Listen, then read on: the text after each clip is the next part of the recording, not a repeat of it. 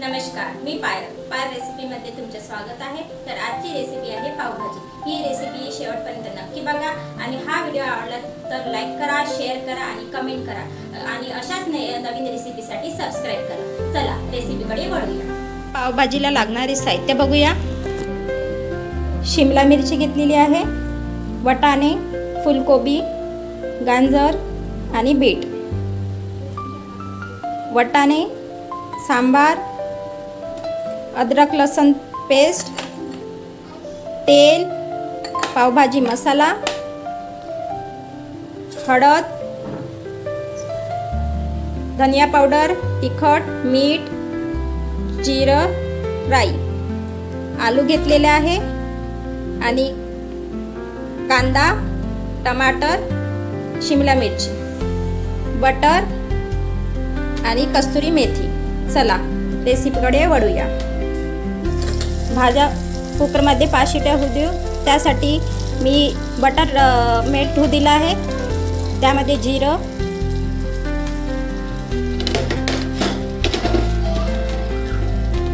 गाजर,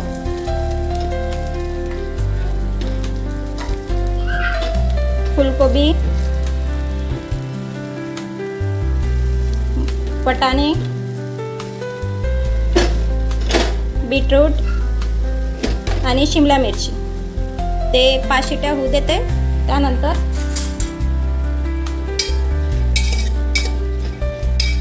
5 शिट्या होऊ देऊया। 5 शिट्या होतपर्यंत आपण कांदा, टमाटर, शिमला मिरची चॉप करून घेऊ।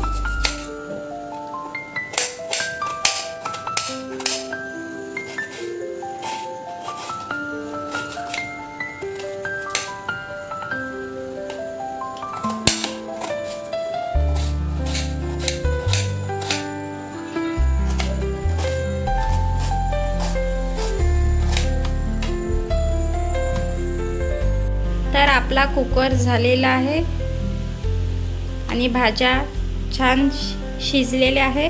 तर आपण बनवण्यासाठी मी पॅन घेतलेला आहे। त्यामध्ये बटर टाकलेला आहे। आता बारीक चिरलेला कांदा,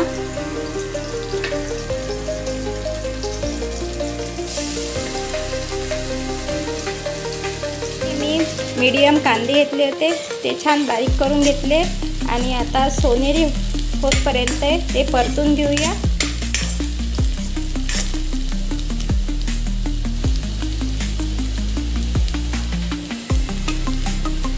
सोनेरी कलर आलेला आहे। आता आपण शिमला मिर्च छान सॉफ्ट करून घेऊया। मी आता बारीक चिरलेले टमाटर टाकून घेते।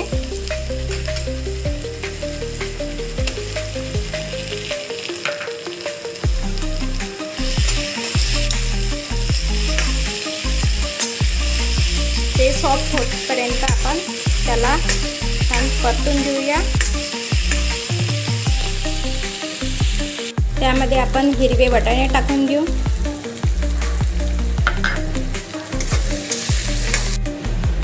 आता आपण मसाले टाकून घेऊ। हळद, तिखट पावडर, धनिया पावडर, थोडासा मसाला, पावभाजी मसाला छान मिक्स करून घेऊया।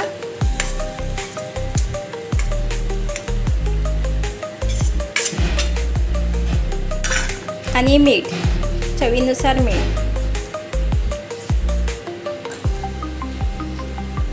आपले मसाले छान मिक्स झालेले आहे। आपण भाज्या टाकून घेऊ।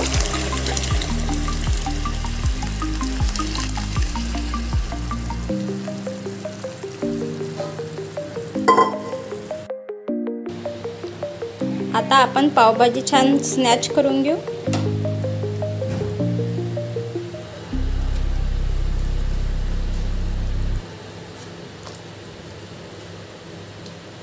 आपली पावभाजी तयार झालेली आहे। आता मी पाव भाजून घेते।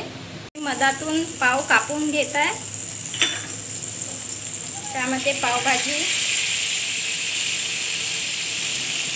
सांबार आणि दोन्ही साइड मी बटर लावून छान भाजून घेत आहे।